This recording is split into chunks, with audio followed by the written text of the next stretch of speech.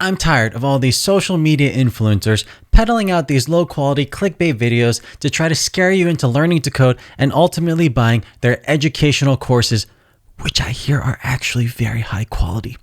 But I digress. Let's focus on the topic at hand today. I want to give you every possible reason why you should not learn to code in Salesforce. All the things these social media influencers won't tell you because that's less money in their pockets. But don't worry, you can trust me because you know what? Actually, that's not important. What is important is that I used to be a Salesforce admin who didn't know how to write a single line of code. Then I taught myself to code, and eventually I got good enough to be a Salesforce developer at Google. And you know what? Fast forward many years later now, I'm now a technical architect at Google, leading big implementations, and I don't write a lot of code anymore. So, having pretty much seen everything in the Salesforce industry, I'm going to give you my attempt at an unbiased list of reasons why you should not learn to code in Salesforce, despite what all these very handsome social media influencers try to tell you. Quick pause. If you had developer skills, you could try and build your own app to work out what will break when you make changes using the metadata API and dependency APIs. That'd be cool, right? No. The APIs are super finicky and frustrating. The Elements.cloud team should know. They've synced and analyzed over 1 billion org metadata items and make over 1 million API calls every day. Elements.cloud has a dev team of 20 metadata masters building the most sophisticated app using the APIs. So you can spend your time enabling your business to get a better ROI from Salesforce without writing code. Go to elements.cloud/SFDC99 to run it on your org for free. It'll take 2 minutes to connect. The sync and org analysis will be finished before you've even got your first Apex Trailhead badge. All right, the first reason why you should not learn to code in Salesforce is because in your heart, you know you're in it just for the money. Now, I don't think there's actually anything wrong with trying to make as much money as you possibly can. So if you can learn to code and make 150 to 200 grand a year, by all means, you should do it. The problem is you might not have the heart to do it. Maybe you've never had any interest in coding. Maybe you think programmers smell bad, or maybe you took my career personality test and didn't get a single point in the developer category. And if that's the case, when coding starts to get tough, you might not have the stamina to see things through. I guarantee this situation will come up. You're early in your coding journey and you're trying to write this one really simple piece of code. Maybe it's just 10 lines of code, but it just doesn't work and you have no idea why. And you've stared at your screen for an hour already and you're ready to give up. One of two things will happen. If your heart's not in it, you're going to fold. You might start thinking that your code is good and there's just a bug on Salesforce that's making your code break. Or maybe instead you'll start asking other people for answers instead of grinding it out yourself, which this early in your coding career is a habit that'll lead you to failure. Your heart was never in it and you might just be trying to take shortcuts to big money and you inevitably give up forever. That's path number one. The other path is where you double down. You go take a mental break, grab another coffee, and come back and try to tackle the problem yourself. You might stare at that code for another 8 hours until you finally have your aha moment, and then that's it. You cleared that mental hurdle, and now you start to believe you can actually do this, and then you're hooked for life. That's path number two.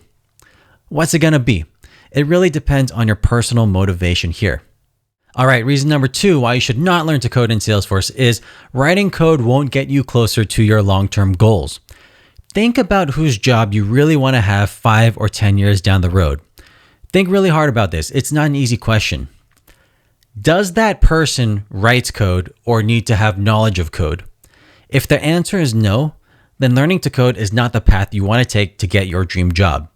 And so many jobs these days don't need a lick of coding knowledge. Think about pretty much every senior leadership position in your company.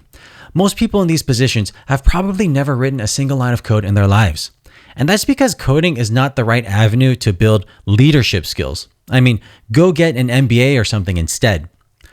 All learning to code really does is it just reinforces your position on the individual contributor track rather than the leadership track. Deciding to learn to code basically guarantees you're going to stay on this individual contributor track for probably another 5 years. And that track only takes you so far in your career.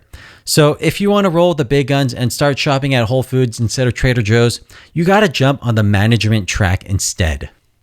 Reason number 3 why you should not learn to code in Salesforce is because coding is not sexy in Salesforce. I work in Silicon Valley with truly many of the most brilliant engineers on the planet. And when I tell them I code in Salesforce, they immediately lose all respect for me. And they should lose respect for me, to be honest. I'm not truly one of them. Pretty much 100% of all code ever written in Salesforce is boring business automation code. No one uses Salesforce to code the next Google search algorithm or the next AlphaGo DeepMind Go program. Salesforce as a technology is really quite limited in the grand scheme of things. And the fact that you've chosen to learn to code in a language that is specific to Salesforce only just reinforces the fact that you're not a real engineer who would work on these bigger, bolder projects. Outside of Salesforce, you're just another fish out of water. Let's keep going. This is kind of getting depressing for me, by the way, but this is really the 100% honest truth. Reason number 4, you should not learn to code in Salesforce because it's getting harder to learn. Back in the day, there was just Apex triggers, classes, and some Visualforce, all of which were relatively simple programming languages. But today, it's so much more. First of all, you have LWCs, Lightning Web Components, which is basically a JavaScript framework. And if you don't know what JavaScript is, it's some pretty abstract stuff. Unlike Apex, if you have no programming experience and try to read JavaScript, it's like reading, hieroglyphics. It's so abstract. And so if you have zero experience with JavaScript today, it's going to be painful to learn it. Couple that with the fact that Salesforce has grown so big over the past few years with so many new coding technologies and APIs, the mountain of things that you need to learn to be a good Salesforce developer is immense. Reason number 5, you should not learn to code in Salesforce because coding is a ruthless career for older people. I'm talking especially about people over 40 years old. By the way, I don't really consider that age to be an old age in general, so don't feel too bad, but the coding world is just ruthless. How many older people do you know write code full time? It's pretty rare.